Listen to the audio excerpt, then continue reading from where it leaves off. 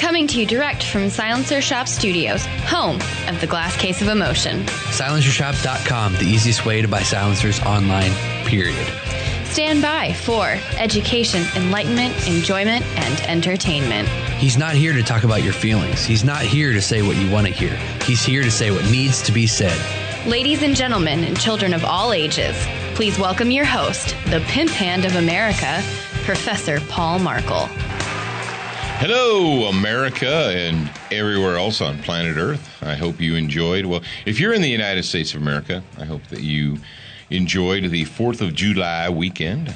Most people had a long weekend. You had Saturday, Sunday, Monday, and we did something rare this 4th of July weekend. We actually didn't work. I know.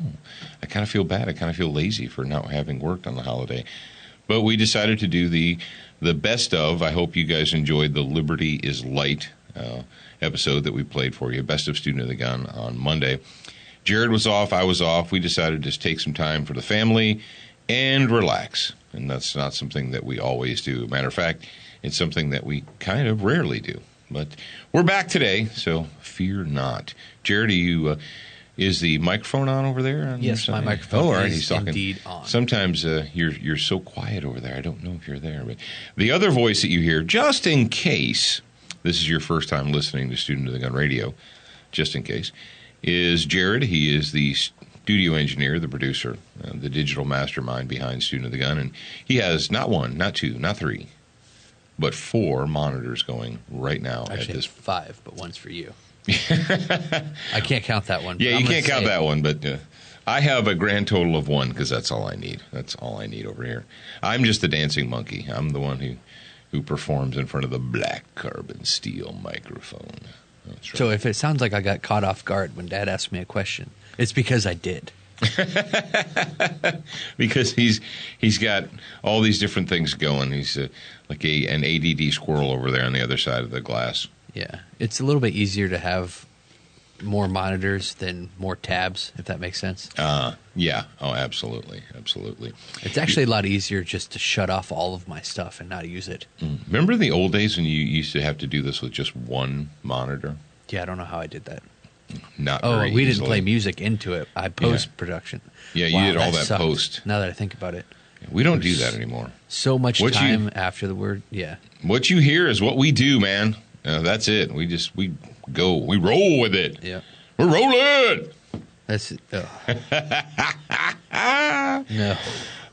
No, one of the things I wanted to talk about, though, was taking time off.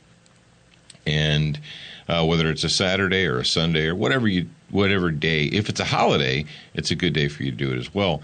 But about a week or so, was it about a week ago, Jared? A week ago Thursday, something like that. Sure, sounds good. We reminded you about the concept. Maybe it was a week ago Tuesday.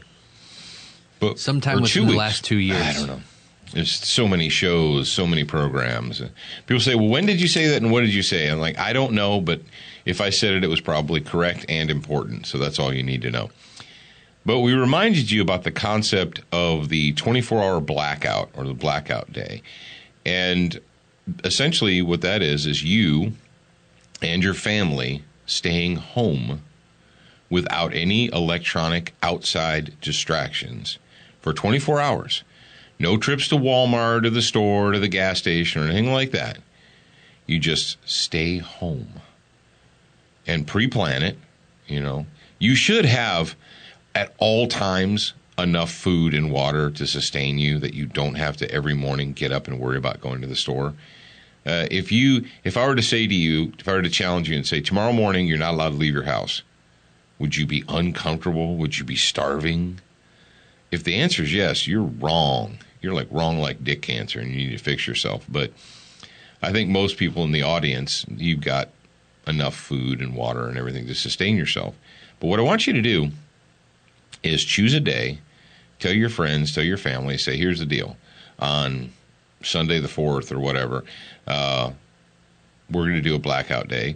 We're going to stay home. We're going to turn off our phones, turn off our computers, turn off our televisions, and we're going to spend time as a family. Now, you don't have to sit around and hold hands and sing Kumbaya all day, but read a book, like an actual Dead Tree book. You guys know how to read, right? Yeah. left or right, top to bottom. Take aspirin for headaches. Midol for cramps, aspirin for headaches. Remember that? Tommy Boy. But do some yard work. Clean your house. Clean your guns. Yeah, take the time to inventory your emergency cabinet. Yeah, read your Patriot Fire Team book or the Team Honey Badger book or the Faith in the Patriot book. We got books, don't we? We get a lot of books. And if you don't know, you're like, what is this guy talking about?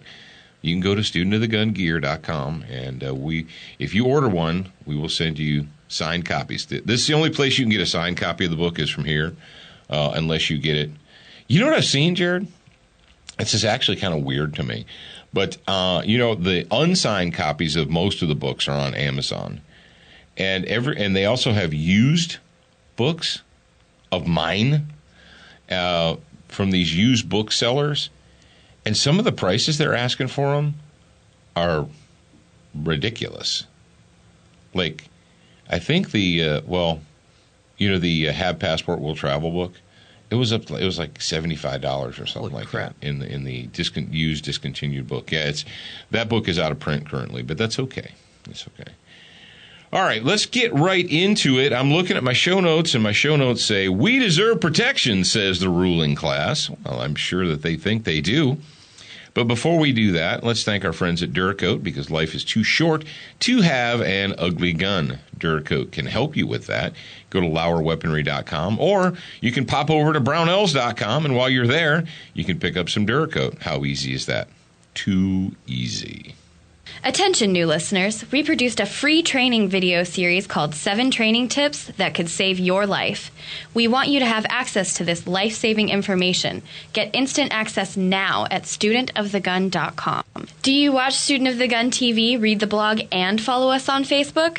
If you answered no to any of those questions, you are wrong, but you can easily fix yourself. Go to studentofthegun.com to find everything SOTG. Everything SOTG. That's right. People say, hey, what are you listening to? What are you doing? What are you talking about over there? And you say, well, here's the deal, hippie. Just go to studentofthegun.com, and that'll give you access to everything. What? Access to everything? Yes, access to everything. Or at least it is your hub. That is where you begin, and you should do that. Now, Jared wants me to talk about the deserve versus desire morning mindset that we did. And if you guys are hip cats, you should know that every Friday morning for like the last 17, 18... I think we're on 20 now. 20 weeks. Every Friday morning at 10, we do what we call a morning mindset, and we do it live via the new magical live streaming technology on Facebook. And about 2 weeks ago, we talked about deserve versus desire, and how people in the United States seem to have mixed up the definition of those two words. They think that they mean the same thing, that because you desire something, that automatically means you deserve it. Not necessarily. We're going to talk a little bit about people who think that they deserve certain things today, specifically the ruling class. Now, before we get into that, we actually have a funny story. Jared, is this the news of the weird that you wanted to put in there? This is the quirky news of the weird story that you were talking about the other day? Oh, yeah. Yeah. Did you forget that you put this in put it in show notes? Yeah, well, I was going to move it down because I wasn't sure if you wanted to do it now. No, I'm going to go ahead and do it now, because once I get into the main topic, you know how I am. Yeah. I go. Yep. Did you take your SWAT fuel today? No, I did not take any SWAT fuel today. I'm just, I had a cup of coffee, and I'm drinking some water right now. So that's it. Now, I did take my 40 cal multivitamins. Yeah. I do that. I don't do the 9 mil or the 9 mil plus P all the time, just every once in a while. But I took my 40 caliber multivitamins so I can stay healthy and keep on doing this behind the black carbon steel microphone. SWAT Fuel. If you want to buy some, you can go to SWATfuelstore.com. You want to save some money? Of course you do. Why would you not want to save money? Go use the promo code at checkout, and that's SOTG2015. Tell your friends, tell your neighbors, tell your enemies. It'll piss them off. Frog Lube. It's green. It's minty fresh. It's bio-based. It's non-petroleum-based firearms lubricant. And in addition to that, It's extreme. You know you were waiting for that. You know you were. And also, Crossbreed Holsters, the makers of the Super Tuck Deluxe, also known as the Bruce Jenner Commander. Remember, 3, 2, 1, reset.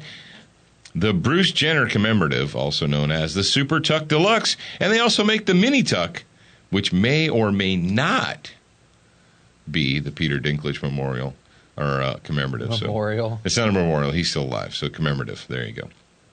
You know, memorials only. When people said, someone said, you know, there's an Arnold Schwarzenegger memorial statue in Austria, and I'm like, pretty sure there's not a memorial statue because he's still alive. Yeah. People don't know English anymore. No English. People don't understand how to structure their sentences. People don't understand basic words. People don't understand how to use paragraphs. I don't know how to help anybody anymore. Oh, and people, I'm going to go ahead and say this. In memory of is half a sentence. When you went to school, I know some of you went to public school in the last 20 years, and when I say diagram a sentence, I just lost you, and you're like, what? A diagram, that's something you do with lines and graphs and charts and stuff and in math. No, diagram a sentence. What does a sentence have to have? It has to have a subject, right? It has to have action, right? And you have crazy things in there, like adverbs and adjectives and predicates and so forth. You got all that crazy stuff in that English language. But the words in memory of, that's half a sentence. You understand that, right? Or do you understand that? Because apparently a large percentage of the American population thinks that the terms, or the words in memory of, is a complete thought, a complete sentence. It's not. Throughout the history of the world, or the United States, you walk into, I'll give you a good example, Jared. Remember the hospital that I used to work at many moons ago? They built a new waiting room. They spent some money. Well, they spent a bunch of money that was given to them by a donor. And there was a new patient waiting room was a waiting room for people who were waiting for people to come out of surgery. It was a surgery waiting room, and it had nice cushy chairs and tables and a bathroom and all that stuff. And there was a plaque, a brass plaque outside of the waiting room. And on the brass plaque, it said, this, waiting room or the new waiting room or whatever was dedicated in memory of whomever. I can't remember the guy's name. That's a memorial. Because what they did is they spent money and they built something. And then they put a plaque there to commemorate that person. Okay? So the new waiting room, the new surgery waiting room in the hospital was built and constructed to honor the memory of Johnny Blank. We've done that with bridges. We do it with statues. We do it with all kinds of things where people want to honor their father, their mother, their grandfather, their grandmother, and what have you. So they spend money and they build, erect something. Statues, buildings, new waiting rooms, whatever. They do things like they buy new fire engines for local, people. Taking vinyl stickers, and this may hurt some of your feelings, but listen up. Who am I? Who am I, Jared? Paul Markle. Who the freak am I? Professor Paul Markle. And what am I? A person? No, what am I? I'm the freaking pimp hand of America. Oh, okay. Am I here to tell you a lot of things? Am I here to say what you want to hear? Is that my job? Is my job to say what you want to hear? No. What is my job? To say what they need to hear. To say what needs to be said. To say what you need to hear. And sometimes you need to hear things that don't make you happy and smile. Here's the deal. if you want to honor your grandfather, grandmother, great uncle, father, what have you, mother, if you want to honor someone, you know how you honor them? You honor them through physical effort and through financial effort. And you're like, well, not everybody has a bunch of money. No, not everybody does have a bunch of money. You want to honor somebody? Go out and construct something. Go out and build something. Go out and do something positive, proactive. That's how you honor people. You don't honor the memory of your grandfather by getting a vinyl sticker and putting it on the back of your Prius or your Kia Soul or your whatever. When I see that, when I see a car driving down the road and there's a pink or blue or white vinyl, and on the back of it, it says, in honor and memory of John Jones, 2015. You know what that makes me think, Jared? It makes me sad. It makes me sad because I think the population of the United States of America has no idea what the English language means. They don't know how to use the language. Seriously. So when I see in memory of John Jones on the back of a pickup truck, am I supposed to believe that that pickup truck was built and constructed? The pickup truck was built, it was constructed, it came off the line in Ford Motor Company, dedicated to the memory of John Jones. Well, but I'm limited to 160 characters on Twitter, so I can't really say that much. And I have to deconstruct my sentences and put weird stuff there because I can't fit it into this little tweet. Yeah. That's how I learned the English language. That's how I learned to speak to people, is by using Twitter, which means I can only use 160 characters to get my point across. It's not 160, it's 140. Oh, well, whatever. That shows you how much I use Twitter. See, that was proof that he actually is the one that uses the Student of the Gun Twitter. You know how I know that? Maybe we rehearsed that. One of the things I remember just recently, Emily Miller. You know who Emily Miller is? The little reporter chick in D.C. Not really a gun chick, but she's a chick who appreciates guns. But anyway, she posted a thing on her Twitter account. I follow her. It says, if you cannot craft a 140-character tweet without using foul language, then I'm going to delete you or block you or something like that. And that's when I responded to it, well, crap. That was my response to that. But seriously, folks, your friends and neighbors and coworkers and family members and stuff, and I didn't mean to get down this road, but we've lost the ability to use the language correctly. How do we possibly hope to revive this nation and bring it back to greatness if we can't even use the language? We don't even know how to use our own language. We're devolving to a point where we just communicate with grunts and groans and emojis. We've become a bunch of emodiots. Emotionally driven idiots operating and acting without the benefit of thought, history, or fact. Emodiots. All right, moving on. Let's talk about the news of the weird. And Jared decided we don't have a China update theme, although we probably should. But Jared, where did you find this story? Alex sent it to me. Alex sent it to you? Go figure. Yeah. It's from bbc.com/news/world Asia China. Video shows China bank employees being spanked. So I was reading this last night at like 1 a.m. before leaving the studio. And I read the title. I was like, video shows China bank employees being spanked. I was like, oh, China has a spank bank. You're so wrong. You're so wrong. The video, first posted by the People's Daily, shows a trainer asking 8 employees why they did not exceed themselves at training. He then spanks them with a stick. Report says he later also cut and shaved their hair. 2 executives of the bank have been suspended. Why? They're communists. They can do whatever they want. My question is, how do you get to the point where you let somebody bank you like this in a workplace? Like, unless you're a chick and you Depends like on being what kind spanked. of workplace it is. Yeah, that's what I was going to say. But seriously. So as crappy as your job is today, at least you're probably not going to get spanked by your boss. So there's that. Or maybe you are. Or maybe you are.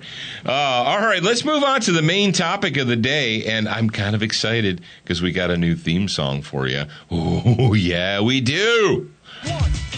Gotta give us what we need. Hey, our freedom of speech is freedom of death. We got to fight the powers that be. Crank it up. Fight the power. Fight the power. Fight the power.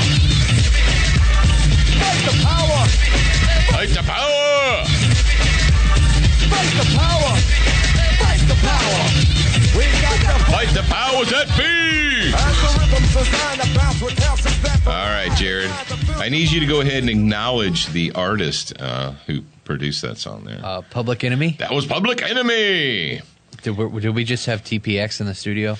That's right. TPX in the house. All right. Those of you that know. Those of you that don't. That's right. Those of you that know. Those of you who don't know, you just don't know. You need to listen louder. All right. We got a story from Washington, D.C. It's a slave master story. If you ever wondered, if you ever pondered, if you ever thought, how does the ruling class in D.C. view the peasantry? How do they view us as a nation? How do they view the people? Well, we've got a little bit of insight for you here. Charlie Rangel is a longtime scumbag politician from New York, and well, you know, you people in New York just keep on re-electing this dirty, scumbag, nasty person here, sending him back to Washington, D.C., because that's what you are. You are a bunch of bought and purchased tax slaves. And so the rest of the nation has to deal with this kind of crap. But I want you to listen to the words, the own words of Charlie Rangel, who is an elected representative to Congress.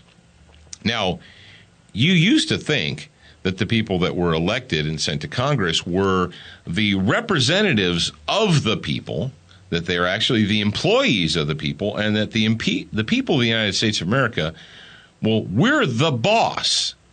We're the boss, and they are the employees. But, you know, if you wondered where we are now in the United States with a ruling class, we've got a ruling class or slave masters, and then you've got a peasantry. Listen to this. Jared, go ahead and play the audio clip. Charlie Rangel, New York Democrat, coming forward saying average citizens don't need guns, but he does? Well, law-abiding citizens just shouldn't have to carry a gun. But you're protected by guns all over the place here in the Capitol. Well, that's a little different. I think we need to be protected down here. Yep, you heard that right. Charlie Rangel telling the Daily Caller no one...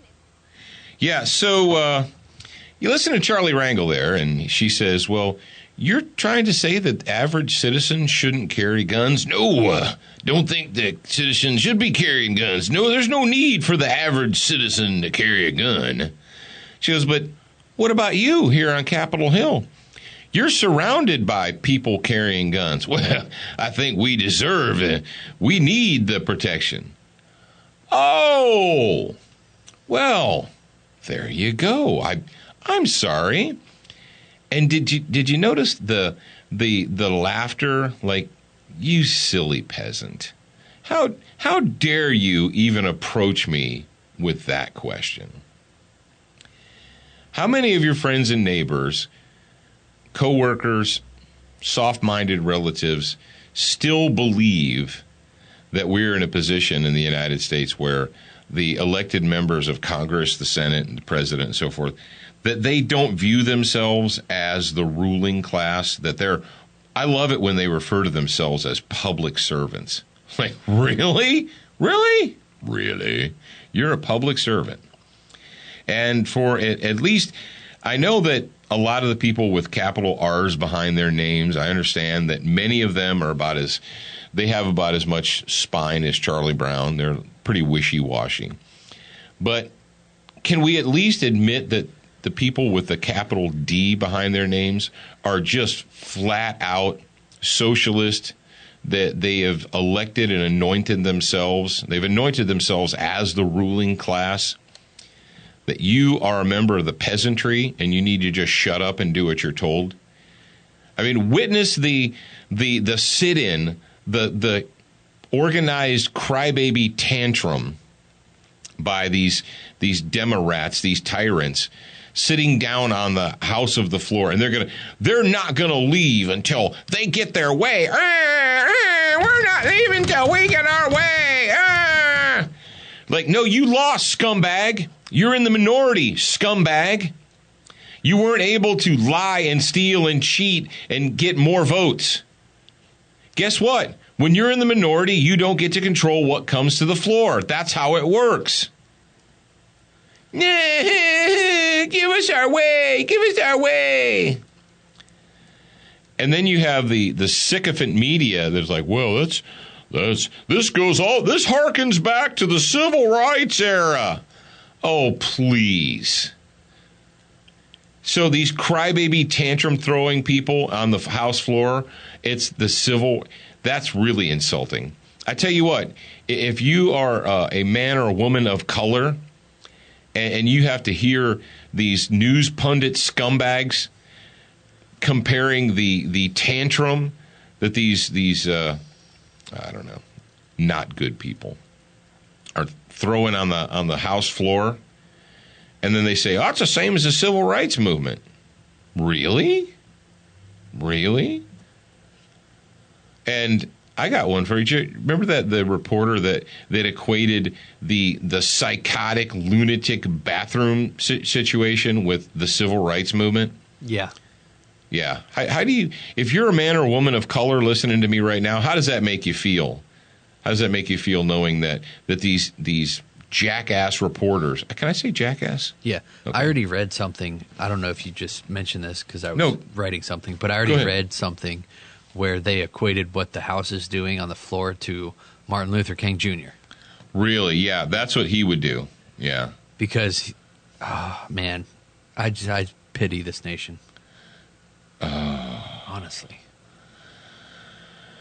Nation, ladies and gentlemen, I don't even know what to do.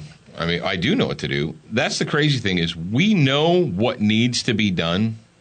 Let's face it, you and I know. In our heart of hearts, we know what needs to happen.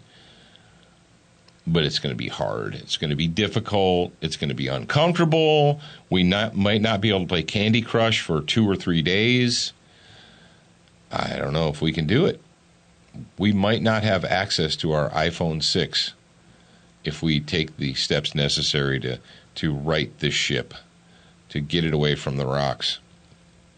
I don't know. Well, here's what I do know. I do know this, that it is Tuesday's show, and what we like to do on Tuesday, we like to have a little bit of quiet time. We like to bring it down a little bit. And the quiet time moment is brought to you by SilencerShop.com. Here at SilencerShop.com, we normally focus on making the world a quieter place. Not today. Rule 41F takes effect soon, making silencer ownership more complicated. The good news is SilencerShop.com can help, but don't delay. Purchase any in-stock silencer by July 6th, and Silencer Shop guarantees to get your Form 4 submitted and execute your transfer before deadline under current rules, or give you $100. The Powered by Silencer Shop guarantee. Details and restrictions at SilencerShop.com.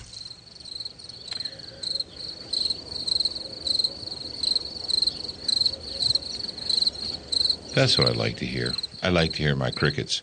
And as you're listening to this, well, as we release this episode, it's the 5th of July. So pretty much that is the last time we're going to be doing that specific spot for Silencer Shop, because by next week comes around, it's going to be...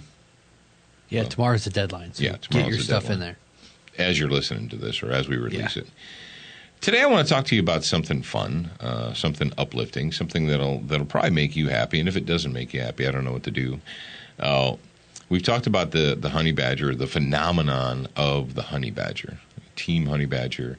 And if you have Netflix, or if you have a computer and you're able to do research, there is a Nature Channel, and I think Nature Channel is part of National Geographic, but There's a show called Masters of Mayhem, and it's about the honey badger. And it's on Netflix right now, and I'm sure you can probably find it other places. But essentially, they go to South Africa, and they spend a bunch of time talking about videoing different honey badgers. And there's a honey badger. The star of the show is Stoffel. Stoffel the honey badger, who lives in a game, I guess, a game preserve in South Africa. Just watch it. And just number one, if you watch it, then you'll get half of our honey badger jokes. But two, it's a very well put together documentary. Jared, you've watched it. As somebody that edits video and produces video, do you approve of their technique? Yes, I do approve of it. And I've learned a lot about video editing and video production in the last few years. I feel like I can pump out an episode in about 10 hours now. Well, when I watch that, and I'm watching it, I'm like, oh, that was a good transition. Yeah. And I see a clip, I'm like, yeah, they shot that like 20 days earlier, and that was a stock. Like when the birds get excited and fly out of a tree. There's one where they released a honey badger from the trap, and it runs off, and then they cut to a tree, and the birds fly out of it. And to watch it, you think, oh, they flew away because the honey badger was released. But the truth of the matter is they probably shot that footage a week, 2 weeks, 3 weeks earlier, and they just put it in the can. Yeah. The sun rises and the sun sets and stuff like that. And one of the things I was when I was watching that, the one with the wildlife biologist scientist guy and his female companion in the truck, and they're watching them. Well, there's camera angles like way out away from the truck, right? You remember that, don't you? But there is no truck. Well, no, there's the truck's there, but they're the camera shoots the truck, and then the camera's also shooting close-ups of the honey badgers, and the camera's shooting close-ups of the hyenas. Oh, that's right. Remember when the pack of hyenas came in? And so at one point in time, the hyenas and the honey badgers are between the truck and where the cameraman has to be. And I was wondering, I'm like, is this dude out there on foot? Or dudette or whatever? Is that person out there just on foot with a camera? Because I don't think a honey badger is going to attack a person. I don't know if there's ever been any reports of honey badgers attacking humans. But hyenas would. Hyenas are dangerous animals. And there was 4 or 5 of them. I learned that from Lion King. Yeah, no kidding. They're dangerous animals. I thought, that's kind of interesting. That's kind of interesting. Yeah. So I really appreciated that. And something else I want you guys to do, and this is going to come off as maybe totally selfish, but I'm sorry. It's just the way it's going to have to be. If you have not picked up and read the Team Honey Badger book yet, and you have children, you have grandchildren, you're thinking about having children, you have friends that have children, if you're involved in any type of youth education or youth development program, you need to just do it. Get the Team Honey Badger book. You can get it from studentofthegun.com, studentofthegungear.com. I know, Jared. And they're autographed versions. I don't even have to look at him when he says it anymore. Now I've trained him well. Yeah, I know. But if you want an autographed version, fantastic. We'll send you a signed copy. If you don't want a signed copy, if you're like, I don't give a crap about your signature, Paul, that's cool too. Go to Amazon and get it. If you're a Kindle guy, if you're a Kindle person, you can get a Kindle version. But we constantly are bombarded with situations where our children in public schools especially are being just brainwashed. The recent thing about the Washington state schools adopting a new gender identity instruction policy statewide, and they're going to start forcing gender identity psychotic material in front of kindergartners. They're getting to them young, ladies and gentlemen. They're warping their brains super young. Please explain to me why a 5-year-old needs to be bombarded with this psycho crap, this gender identity psycho crap. Shouldn't they be learning ABCs and colors and, all that stuff? Oh, no, they know that long before they get to...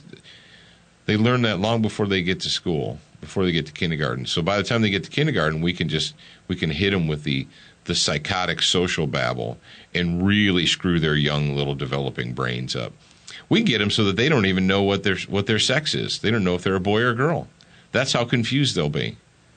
But it's okay because we'll set ourselves up. We'll set the state up as the authority figure to make all things fair for you. Brothers and sisters, we are so far down the rabbit hole now, it scares me. I hope that you guys had, or at least some of you, I know you had the opportunity to get on the 50% discount that we did for all of the books on studentofthegungear.com. We did that a couple weeks ago, and I sent an email out to everybody on the Student of the Gun list. If you go to studentofthegun.com, click on the orange button and sign up, then you're good to go. You're on it. You should be getting those emails, and if you're not, let me know by emailing info@studentofthegun.com, and we'll figure out what the problem is. And so we're having a lot of fun. We're really serious here on the show all the time, but we like to have fun too. And something that we've been having a lot of fun with the last 6 months is the Honey Badger project, the Team Honey Badger. We did the books, obviously. Just recently we did patches. We did the PVC. That's the soft rubbery patches. We did 100 official Team Honey Badger patches, and we made those available to the grad program. And you're like, well, that's not fair. Well, it really is fair, because people in the grad program have made a commitment to the show. They've made a commitment. They want to be here deliberately.